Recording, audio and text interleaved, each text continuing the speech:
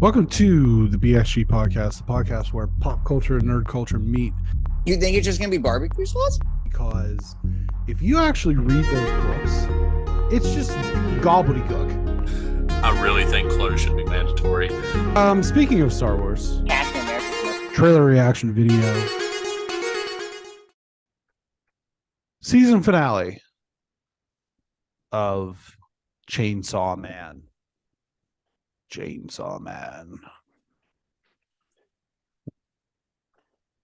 The beginning of I almost said the movie. The beginning of the episode shows Aki getting his easy revenge on the girl in the red puffy coat.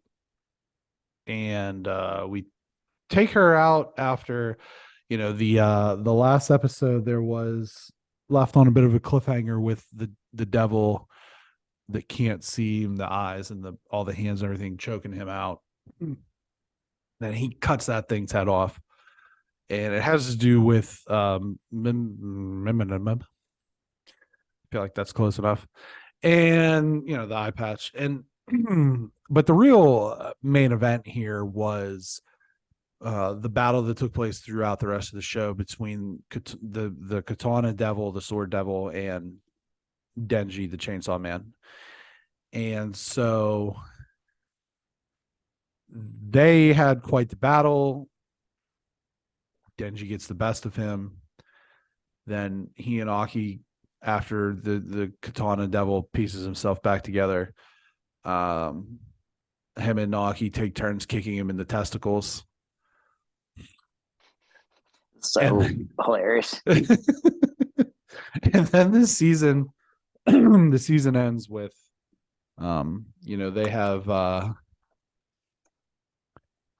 they have accumulated enough pieces of the gun devil that it's starting to move towards him, and I feel as though that's where season 2 will probably take us. What did you think of the finale of I thought it was a good summarization of what this show is, which is very insane. Mm-hmm. I don't necessarily understand the plot a lot of the time, mm-hmm. which is fine.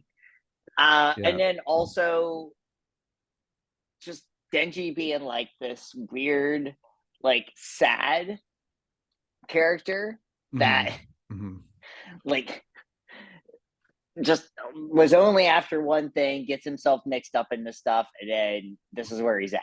And I would just say that I thought this show was just a good representation of what this particular episode was a good representation of what this show is, which is very weird, very violent. I'm not 100% sure I know what's going on, but like a lot of the times it just seems like none of this really matters, but I don't care.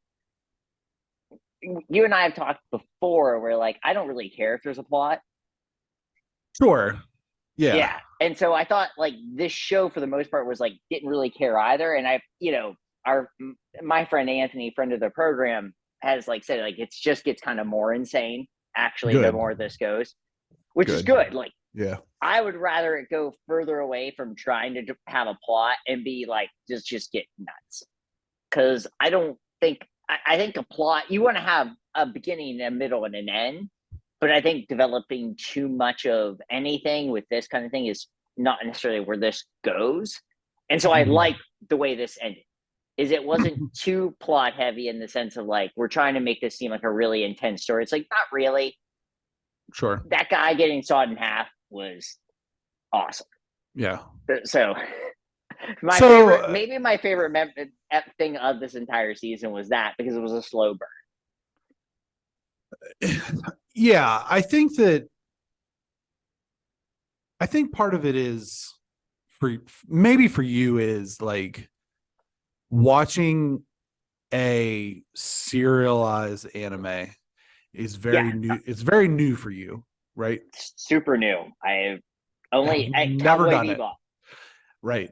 And so I think that part of it is just kind of getting used to the fact that sometimes shit just doesn't make sense in shows like this. Right. And you kind of have to be, kind of be along for the ride, or you have to be able to suspend. It's not even suspending disbelief. It's just like suspending like any concept of reality. Sure. Because like, one of the most popular anime series of all time, I think you have DBZ, Dragon Ball Z, and then Naruto, right? And so Naruto was starting right around the time I was a freshman in college. Here, at least this is where you could get it here, like through torrents with everything and subtitles. And this was the pitch, okay, that got me into Naruto. Was it's like a fantasy world, but everybody's a ninja. I'm like, okay, sure, let's check that out. And so with this as like the pitch, it's everybody's gonna hunt devils, demons, bad things, and one of the guys turns into chainsaws, multiple chainsaws, arms, the head. And I was like, sounds dope, let's go. And so I think that that's part of the thing with anime as just a genre, is sometimes you just have to buy into the nonsense. You know what I mean? Sure. Oh yeah. And what ends up happening is you do from time to time get very compelling stories. And there's different types of anime. You have obviously the Miyazaki movies with Studio Ghibli, which they're telling you a story. The animation's solid, but they're telling you a story. And then you have something like this where it's like, we're going to be hyper violent, hypersexualized, and all these different things. And it's like, well, that also works just as well. I have to say that the battle sequences between Denji and the Sword Devil were really good, in my opinion. Yeah. They were very snappy. I thought the animation was good. The adrenaline was high. I think that that's what you want in something like this, is you want like high octane. The music was just right. And like you said, the end of it was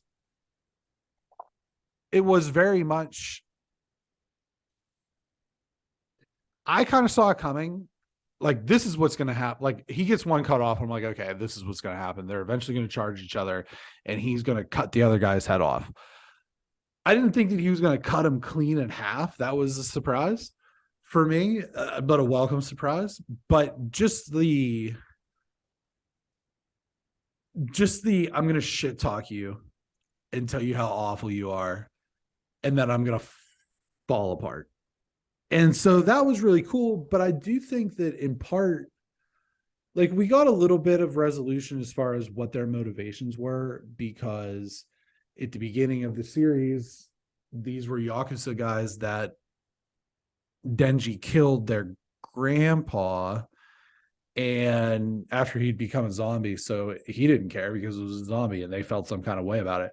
But I feel like the girl in the red coat is really what moves this forward a little bit, because she seemed to have other intentions.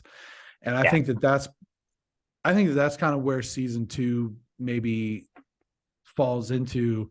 But there's a lot of threads to pull on. The Gun Devil is obviously the big bad, and then you have Aki's situation where we know he's only got about 2 years left, and his death is going to be really awesome, according to the future devil that now lives in his right eye. And so there's those things.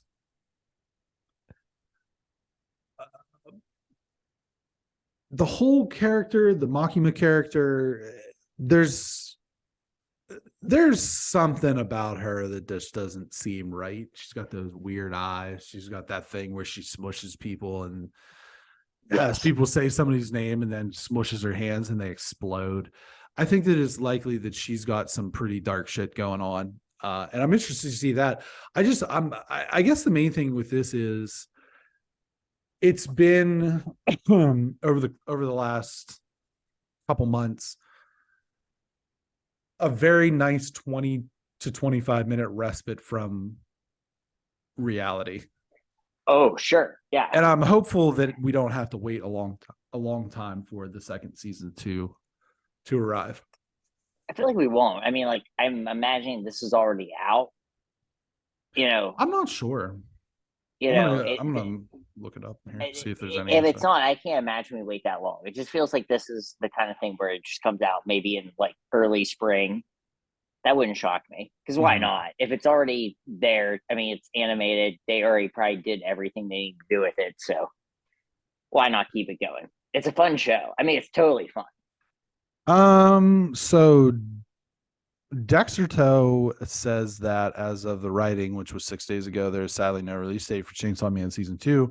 However, we can likely expect a new season either late 2023 or early 2024. Wow. So fall, this started on October 12th of this. Oh, well, excuse me, of last year as we record, which, by the way, Happy New Year to our listeners. That's right. This is off. When do you stop saying have Happy New Year? I mean, I know this is a Seinfeld thing too. I thought so. Yeah. I'm good. Personally, stop saying it about 2 weeks in, because like, and I'm not saying I like saying it, but if someone says it to me, I don't think I ever say it. I don't think I go up to someone and be like, Happy New Year. I don't know if I've ever said it. Right. I don't actually. Unless you're at a party at midnight, right? Yeah. And even that's like, I don't even yell. know. I mean, you just everybody yelling. There's just music and liquor and a ball and yelling, and that's it. I was at the Apple store today on New Year's Day, and he said it to me, the guy, like Happy New Year, how are things? I was just like, what? Because I'm not. Time is a flat circle. Nothing matters. And it's just another day for me, honestly. Like, I'm not like I've never been a resolution guy. My resolution every year is to do a cartwheel. And I've never done one. And so for me, I will respond back within 2 weeks if someone does it. But like, literally, like, if January 18th rolls around, someone says Happy New Year, I probably just pretend like I didn't hear it. For me, it is noon, January 1st. That's it. Because like somebody, I was in Walmart and I'm walking on doing the self-checkout, which actually brings me to another topic. But I was doing the self-checkout and I walked out and the lady that monitors self-checkout said, "Have a Happy New Year." I was like, that feels weird. It's like 7:30 at night. I'm like, I don't, the new year, it's here. We're in it. So what the fuck? It's also like, the other thing, and like I said about timing it, like, if you're basing your changes on life by a calendar flip, yeah, right. I've said many times, if money and shit doesn't motivate you, then nothing will. That flipping of that calendar, that new that new Far Side calendar that you got for Christmas, isn't going to motivate you anymore. I wish I got a new Far Side calendar for Christmas. I do too, but I digress. I saw an article. We're way off now. Chainsaw Man. Well, we didn't really do this much. Chainsaw Man's very good. But we didn't do a lot of this at the beginning of the show. So I saw mid-show banter, which I like. I saw an article. I saw it months ago, but then I saw it again on like best of articles for this particular website. I'm not going to mention the website. And the headline was, "No one likes self-checkout, so why are they everywhere?" And I want to meet the person who wrote that article, because I love self-checkout. You want to know why? Because I don't have to fucking talk to anybody. Yep. Amen.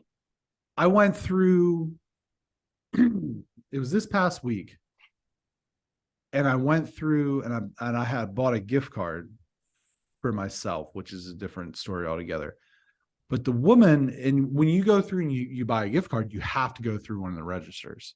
You can't do it at self-checkout, which is a big bummer. And the woman couldn't figure out why it wasn't like, I ended up figuring out, but she just kept talking. And I'm like, I don't want to talk to you. Like, figure out this problem. And if you can't figure, and eventually I said, like, well, maybe you should call someone because it doesn't seem like you're figuring this out. And she says, I should probably call someone. And I'm like, I don't even use the force. So what the fuck was that? Yeah. I sure as shit wouldn't use the force on something like that. I can't describe how much self-checkout has helped me just in life. And this is the thing I'll say is every self-checkout's different. And so I do wish they would improve on that. It should be just one streamlined service. That should be a monopoly. I'm not a fan of monopolies. I like playing the game of Monopoly, especially now that I know that someone can be knowing that the banker can control even more if you actually read the directions, but I digress. The thing I will say is I just wish they were all the same because you get used to it. Like I haven't gone through a regular CVS checkout in 3 years. Yeah. If I did, I'd blow my brains out. I'd just do it right there because it's nothing against the CVS person. It's because that person in front of you at CVS has no idea what's going on. It doesn't matter. Nobody writes checks anymore, Myrtle. Yeah, or it's just like they have a CVS card, but it's not under their number. It's like, yeah. So, grocery stores. Like the one thing is like if you're buying like alcohol, you can't go through those. Right. There are 2 states. I can't remember where they are now. I think it's Maryland, and where all you have to do is scan your driver's license.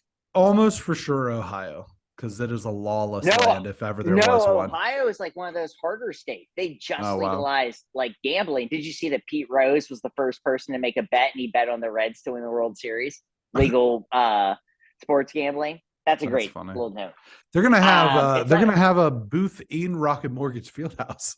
That's sick. I don't. The fact that it's not legal to gamble on sports in California drives me nuts. It's so insane. We don't want money, but it's so much better. People that don't like it, I mean, if you go to Costco and you're not buying any alcohol, what a dream life it is. It saves you precious minutes. We only Let me get ask so you many this question. spins around this sun. Buy a lot of alcohol at Costco, do you? It's a good place to buy alcohol. Because you can get it in bulk. Yeah, when I'm making my famous Greg Nog, it's a good way to do it. All right, we don't want to talk about the Greg Nog. It's just regular. It's just Martha Stewart's recipe. A little Greg mixed in. Remind me to show you something afterwards. Chainsaw Man season 1. What would you give that? What would you give it? 9. It's 9. Great. Yeah. Sure. You're a little bit higher than me tonight. I think you're a little bit higher than me tonight. Could be that legal. I don't do drugs, in California. Friend, so I don't do drugs. Okay. I'm gonna give it an 8.5. Cocaine is not a drug. Right. It's how you stay alive. All right. 8.5 for I me. can imagine. If I did cocaine, I wouldn't sound this nasally. Clear that out real quick. Could be an improvement. I'm just saying.